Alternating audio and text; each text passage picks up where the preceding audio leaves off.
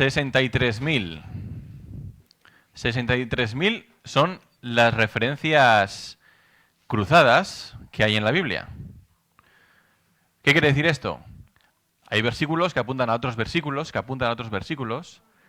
En total son 63.000 referencias cruzadas. Madre mía, cuántas referencias cruzadas. Ni siquiera en las mejores novelas hay tantas, ¿no? Pero no solo eso, sino que además la Biblia fue escrita a lo largo de 1600 años, en un periodo de 1600 años, por 40 autores distintos, por 40 hombres distintos, en países diversos de 3 continentes. O sea, pongamos a pensar en ello. No solamente por las diferencias culturales, de diferencias de tiempo, no era el mismo tiempo 1600 años antes que 1600 años después. Las diferencias culturales que había, diferencias de idioma, de lenguaje, porque la Biblia originalmente está escrita en hebreo, arameo y griego, principalmente. Y imaginaos la cantidad de conexiones que hay en la Biblia, ¿no? 63.000, como hemos dicho. Pues a pesar de todo ello, la Biblia tiene un único autor, como sabemos. Es Dios, porque es Él quien ha inspirado a los hombres que la escribieron, que pusieron las palabras en estas hojas. Y solo gracias a ese hecho, al hecho de que el único autor es Dios, es que todo eso tiene coherencia. En la palabra, en la Biblia, no hay ninguna contradicción. Aunque pueda parecer que la hay, si nos ponemos a estudiarlo cada versículo en detalle, vemos que no hay contradicción como tal. Y esto es solamente posible a que el único autor es Dios. Y la Biblia, esta que tengo yo en mis manos, las que tenéis vosotros en vuestras manos o en vuestros móviles, tiene 66 libros. 66 libros, ni uno más, ni uno menos. Está completa. Y dentro de esos 66 libros, en el Nuevo Testamento, tenemos 27. De los cuales los 4 primeros son los evangelios. Pues, ¿qué os parece si os digo que falta un evangelio? Que hay un quinto evangelio. Os quedáis, ostras, tú, ¿cómo puede ser? Con los ojos abiertos, ¿no? Pues, como he dicho, la Biblia está completa. No hay nada que añadir, no hay nada que quitar de ella. Pero hay un quinto evangelio. ¿Eso qué quiere decir? Que no está escrito aquí. Es un evangelio que no está escrito sobre hojas con tinta. Está escrito sobre nuestros corazones. El quinto evangelio tiene nombre y apellidos. Somos cada uno de nosotros. El quinto evangelio es todo aquello que yo doy a conocer a los demás acerca de la palabra. Como he dicho, no está escrito en estas hojas, pero sí que está escrito en las vidas de las personas que me rodean. Cómo yo reflejo la palabra hacia esas personas. Cómo yo les comparto el evangelio, no solo con mis palabras, sino con mis hechos, con mi comportamiento, con mi conducta. Y en el pasaje de esta mañana vamos a ver algunas características a las que Jesús nos llama que tengamos nosotros, quienes hemos decidido ser sus hijos. Así que, por favor, me vais a acompañar al Evangelio de Juan, capítulo 17. Y esta mañana vamos a estar estudiando los versículos del 18 al 26. Juan amazazpi, amazortzitik, hogeita seira. Mientras lo buscáis en vuestras Biblias, voy leyendo en euskera. Mundura bidali ditut, zuk bidali ninduzun bezala. Eta hauengatik ematen dizut erabat neure burua. Hauek ere egiaren bidez zeuretzat har ditzazun. Ez dut erregutzen hauen alde bakarrik, baita berauen predikoaren bidez niregan sinetsiko dutenen alde ere. Egizu guztiak bat izan daitezela. Aita, zu nirekin eta ni zurekin biok bat garen bezala. Hauek ere bat izan daitezela guretik. Horrela, munduak sinetsiko du zuk bidali nauzula. Zuk eman zenidan aintza, bera ematen dietnik. Bat izan daitezen, gu biok bat garen bezala. Ni hauekin bat eta zu nirekin bat. Horrela, guztiz bat izango dira, eta munduak ezagutu ahal izango du, zuk bidali nauzula eta ni neu maitatu nauzun bezala, maitatu dituzula berauek ere. Aita, zuk eman dizkiazunak ni nagoen lekuan nirekin egotea nahi dut. Nire aintza, mundua sortu aurretik maite izan nauzulako eman didazun aintza ikus dezaten. Aita, zuzen hori, munduak ez zaitu ezagutu. Nik ordea ezagutu zaitut, eta hauek jakin dute zuk bidali nauzula. Zu nortzaren jakinarazi diet, eta aurrerantzean ere jakinaraziko dut zuk didazun maitasuna hauengan izan dadin, eta ni neu ere hauengan izan dadin. Juan 17, del 18 al 26, dice, como tú me enviaste al mundo, así yo los envío al mundo. Y por ellos yo me santifico a mí mismo, para que también ellos sean santificados en la verdad. Mas no ruego solamente por estos, sino también por los que han de creer en mí por la palabra de ellos, para que todos sean uno, como tú, oh Padre, en mí y yo en ti, que también ellos sean uno en nosotros, para que el mundo crea que tú me enviaste. La gloria que me diste yo les he dado para que sean uno, así como nosotros somos uno. Yo en ellos y tú en mí, para que sean perfectos en unidad, para que el mundo conozca que tú me enviaste y que los has amado a ellos como también a mí me has amado. Padre, aquellos que me has dado, quiero que donde yo estoy, también ellos estén conmigo, para que vean mi gloria que me has dado, porque me has amado desde antes de la fundación del mundo. Padre justo, el mundo no te ha conocido, pero yo te he conocido, y estos han conocido que tú me enviaste. Y les he dado a conocer tu nombre, y lo daré a conocer aún, para que el amor con que me has amado esté en ellos, y yo en ellos. Padre, gracias por tu palabra, Señor. En tu nombre, amén. Pues como hemos dicho, Dios nos llama, Jesús nos llama, a que seamos un evangelio para los demás, que reflejemos lo que Dios nos manda en su palabra, que lo reflejemos a los demás a través de nuestras vidas. Y en este pasaje vamos a encontrar principalmente 3 características a las que Jesús nos llama que inculquemos en nuestras vidas, por así decirlo. Y la primera característica de ellas es la de que, es la que se encuentra en los versículos del 18 al 19. Es que seamos santificados en la verdad. Cristo vino a este mundo, se sacrificó en la cruz por nosotros, por cada uno de nosotros. Por los que fueron antes de Él, físicamente, y por los que vinieron después de Él, de su estancia en esta tierra. Por todos nosotros, Él murió en la cruz, por nuestros pecados pasados, presentes y futuros. Él quitó toda la culpa de nuestras vidas. Él murió en la cruz por nosotros. Y todo eso lo hizo para que nosotros pudiéramos ser santificados. ¿Qué significa ser santificados? La santidad, básicamente, o ser santificado significa, básicamente, buscar hacer la voluntad de Dios en mi vida.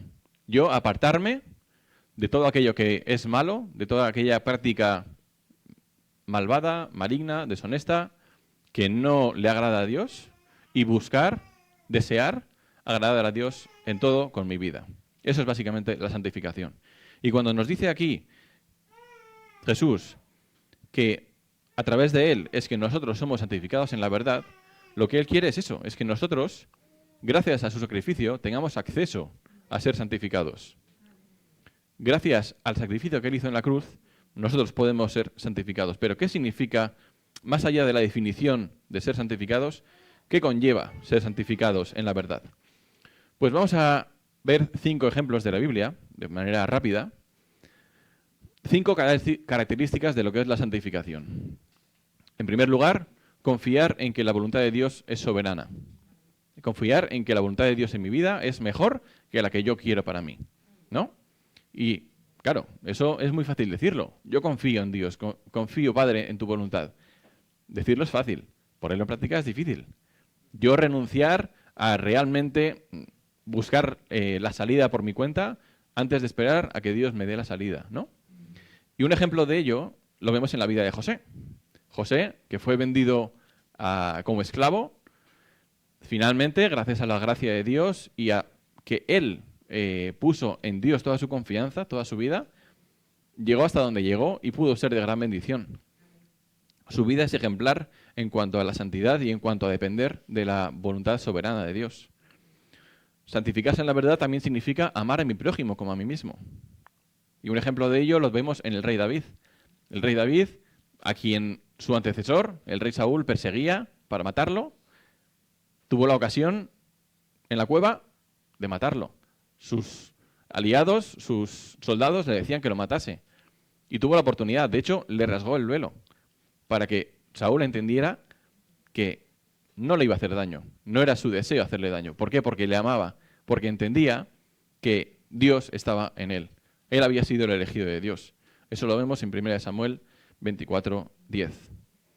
Otra característica de la santificación en la verdad es poner en práctica la gran comisión. Si yo quiero vivir de acuerdo a la voluntad de Dios en mi vida, debo poner en práctica la gran comisión.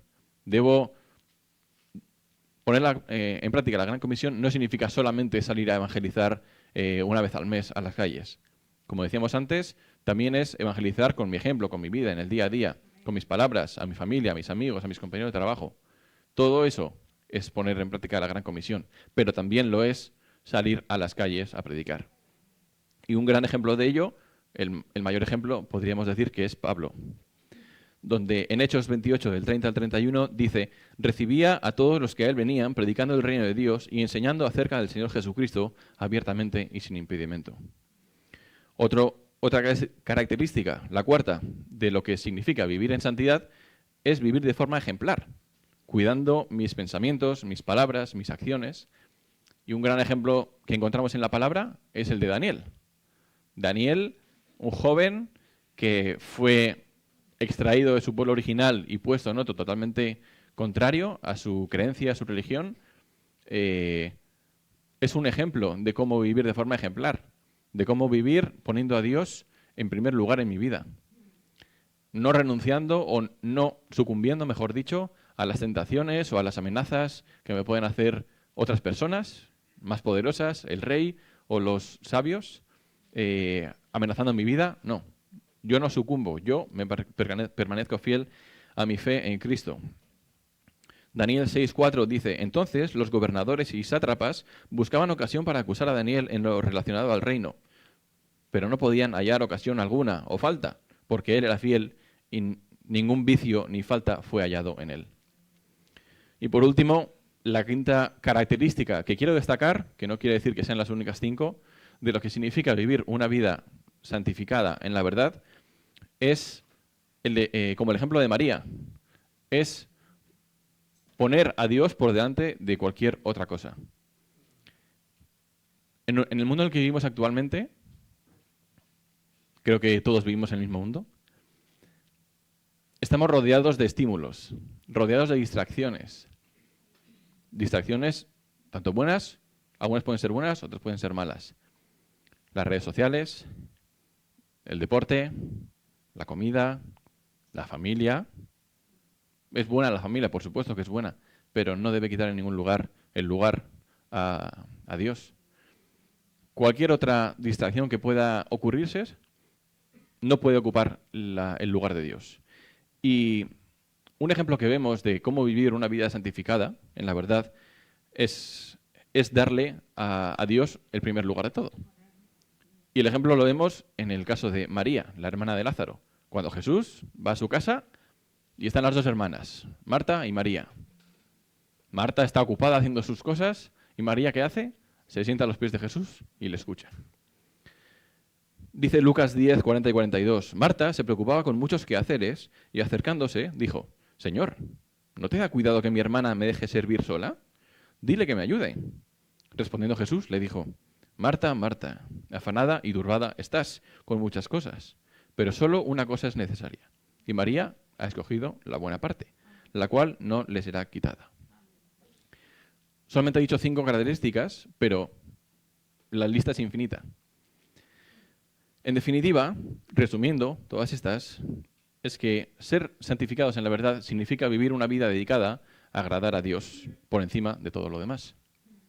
Y eso es a lo que Jesús nos está llamando en estos versículos.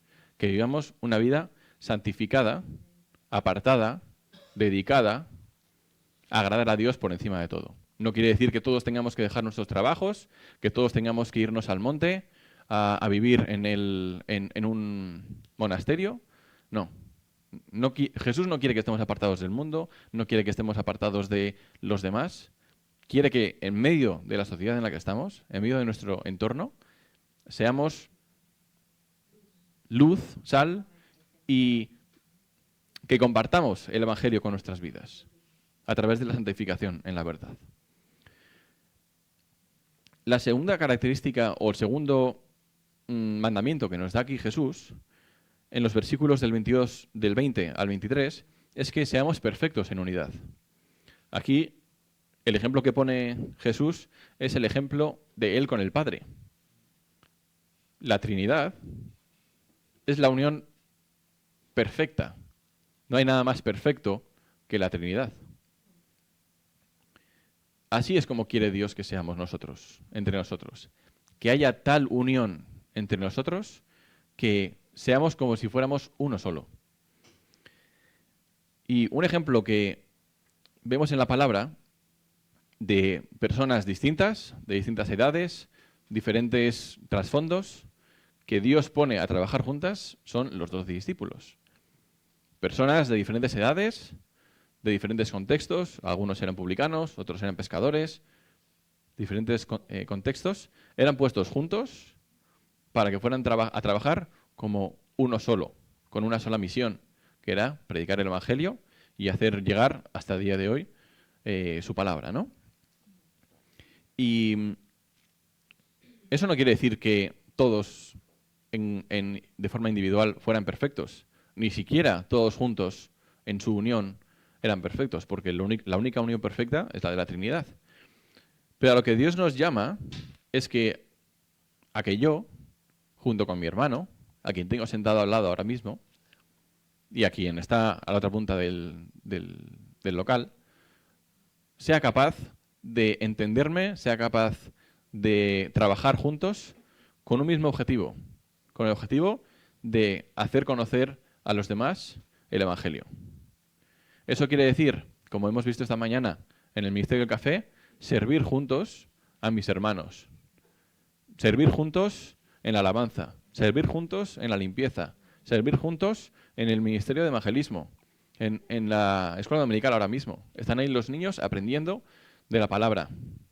Todo eso es lo que Dios quiere que hagamos, que todos juntos, todos unidos, avancemos en un mismo sentido, en una misma dirección. Que no haya disensiones entre nosotros, que no haya diferencias y que si las hay, que no sean lo prioritario, que no sean lo más importante, que no le quiten el lugar a lo que es realmente importante, que es compartir el Evangelio. Y cuando aquí Jesús habla acerca de la Trinidad, hay un teólogo que dice que quien quiera explicar lo que significa la Trinidad se va a equivocar, porque es complicado, es difícil, es imposible expresarlo en palabras. Es algo que el Espíritu Santo te hace entender.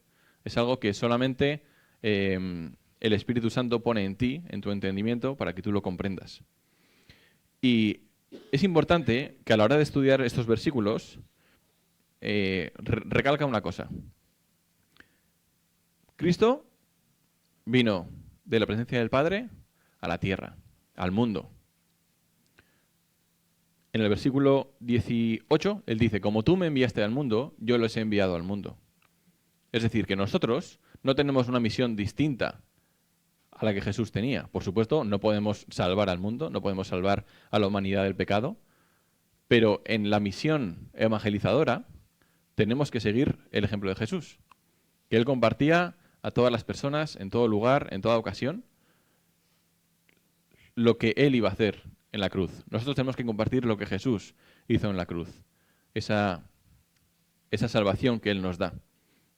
Y gracias a esa salvación es que nosotros estamos aquí esta mañana. Si verdaderamente permanecemos en Cristo, como dice el versículo 23, la recompensa que tenemos es doble. Por un lado, disfrutaremos de la eternidad con Él. Seremos testigos de su gloria durante toda la eternidad.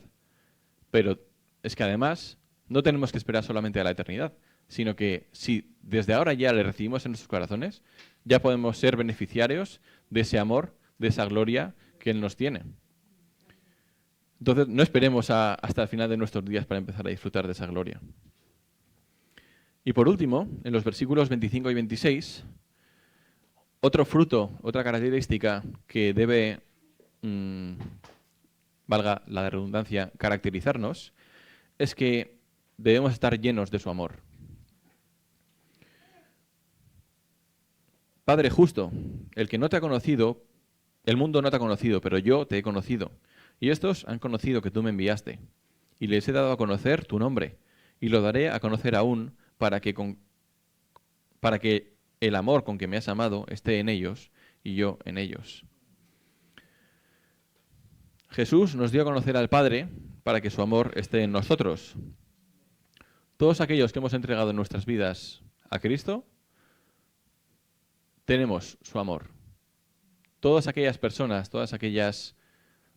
realmente todos somos testigos, somos beneficiarios de su amor. Todas las personas, hayamos venido a los pies de su cruz o no. Él nos ama a todos. La diferencia es si nosotros le amamos a Él. Si nosotros queremos recibir ese amor. Si yo estoy dispuesto a ser humilde y recibir ese amor que Él me da. En tal caso, es que seremos llamados sus hijos. Todos aquellos que hemos entregado nuestras vidas a Cristo, el Espíritu Santo ha entrado a morar en nuestros corazones. ¿Eso qué quiere decir? Que si nosotros hemos recibido el regalo del amor, también tenemos que reflejar ese amor. Como dice 1 Juan 4, del 7 al 11, ese amor con el que Dios nos amó primero es el que nosotros debemos amar a los demás. ¿Y eso qué quiere decir? Que debo amar a mi prójimo. ¿Pero quién es mi prójimo?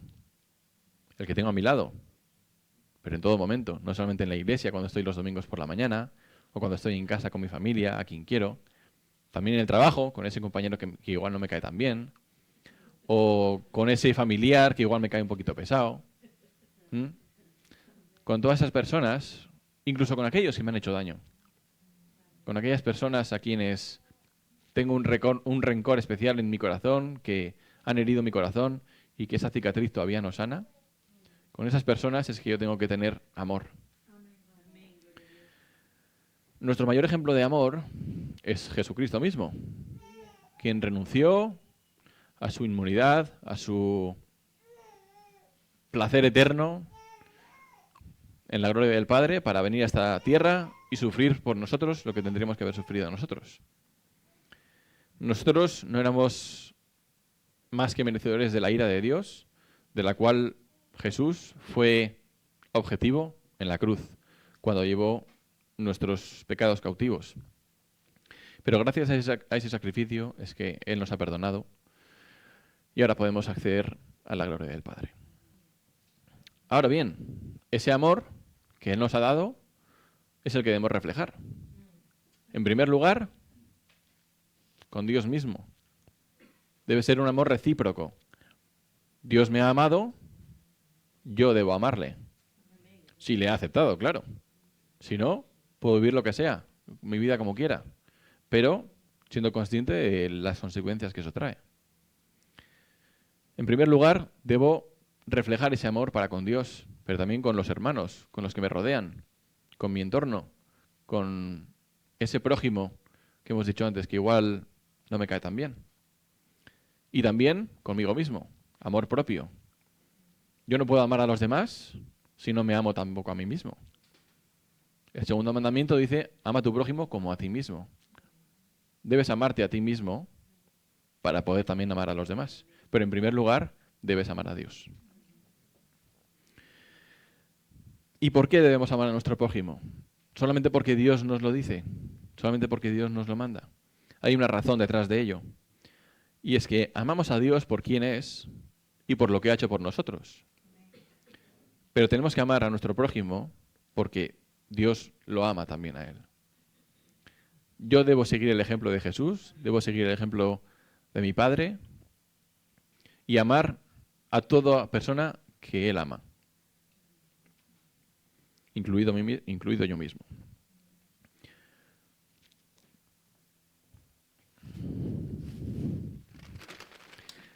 Para terminar, he traído algo aquí. No son bombones como la otra vez. Tampoco son galletas, no. Este es un bote de leche materna que se ha acabado y lo estamos reutilizando.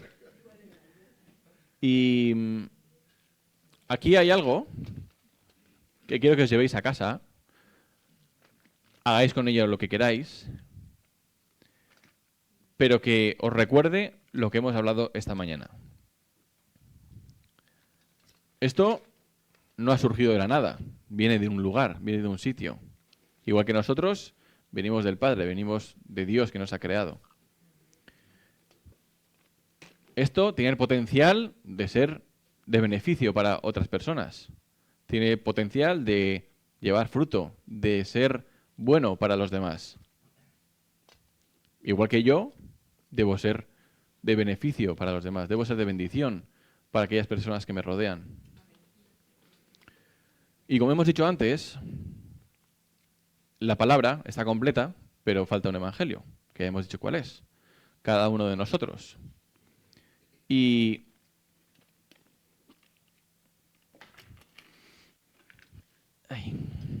estoy mayor ya. Y esto de aquí son nueces. Son nueces. La nuez viene del nogal. Viene de un árbol. Esto, yo puedo abrirlo, comérmelo y se terminó. No ha llevado fruto. No ha hecho nada más que simplemente bendecir a una persona, a mí. Ahora bien, si el día de mañana yo planto este árbol, esta nuez, la cuido, la riego, hago que crezca, espero, soy paciente en el tiempo, puede llevar alimento a muchas más personas que solo a una, ¿no? Entonces, Dina, ¿me ayudas, por favor? ¿Repartes? O pasa el bote, mejor pasa el bote. Coge tú uno y eso es. Y cuando tengáis hermanos, por favor, cuando tengáis la nuez en vuestras manos, cuando la veáis en casa, cuando la tengáis en el bolsillo y cuando vayáis de camino al trabajo, digáis, ostras, esta nuez no es simplemente una nuez. Me refleja a mí. Esta nuez debo ser yo. Esta nuez sabemos de dónde viene por lo que es. Yo sé que es una nuez que viene de un nogal. ¿Y por qué sé que viene de un nogal? Porque cumple las características de una nuez, ¿no? Tiene una cáscara dura, seguramente debería tener una nuez dentro, esperemos que no esté podrida, pero yo sé que esto es una nuez y que viene de un nogal. Cuando las personas que están a nuestro alrededor nos vean, nos digan, es una nuez y viene de un nogal. Ese es un cristiano y viene de Cristo. En definitiva, hemos visto muchos ejemplos en la palabra que nos hablan de cómo vivir una vida ejemplar, una vida santificada. Pero nuestro mayor ejemplo es Cristo, es Jesús mismo, quien murió en la cruz por nuestros pecados para librarnos del castigo eterno. Y es que Él cumple con estas tres características. Él vivió una vida santificada en la verdad, vivió una vida perfecta en unidad con el Padre y vivió una vida llena de amor. Una vida que rebosaba amor por todas partes, porque Él es amor. Así que, hermanos, con estas nueces en la mano, vivamos una vida, gracias Dina, vivimos una vida que imite a Cristo y honre su sacrificio en la cruz. No vivamos una vida como la de Superman, que entre semana, cuando estaba en la oficina, se ponía sus gafas, era alguien completamente distinto a cuando se sacaba el traje. No nos saquemos el traje solamente los domingos cuando vengamos a la iglesia. Seamos fruto, seamos de bendición, seamos luz y llevemos esa vida que Dios nos llama a que llevemos en todo momento, sin importar dónde estemos. Llevemos fruto, hermanos. Y recordad que seamos el evangelio que... Es posible que seamos el único evangelio que muchas personas lean, entre comillas. Porque estos 4 están escritos aquí, pero nosotros somos los que... Es el Espíritu Santo quien escribe sobre sus corazones el otro evangelio, que es el que nosotros le reflejamos. Inclinamos nuestros rostros, hermanos. Padre, te damos gracias, Señor, por tu palabra, porque es poderosa, Señor.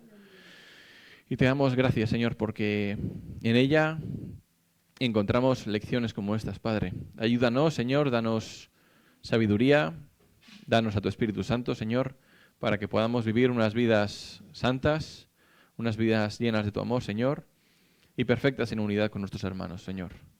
Que dependamos de ti, Padre, que llenes tú nuestros corazones y que, Señor, pues todo lo que hagamos, digamos y pensemos sea siempre para darte a ti la gloria y para reflejar, Señor, lo que tú has hecho en nuestras vidas. Un cambio, un sacrificio, Señor, de amor y totalmente transformador, Padre. Te damos gracias, Padre, por tu palabra y por lo que tú has hecho en esta mañana, Señor. En tu nombre, amén.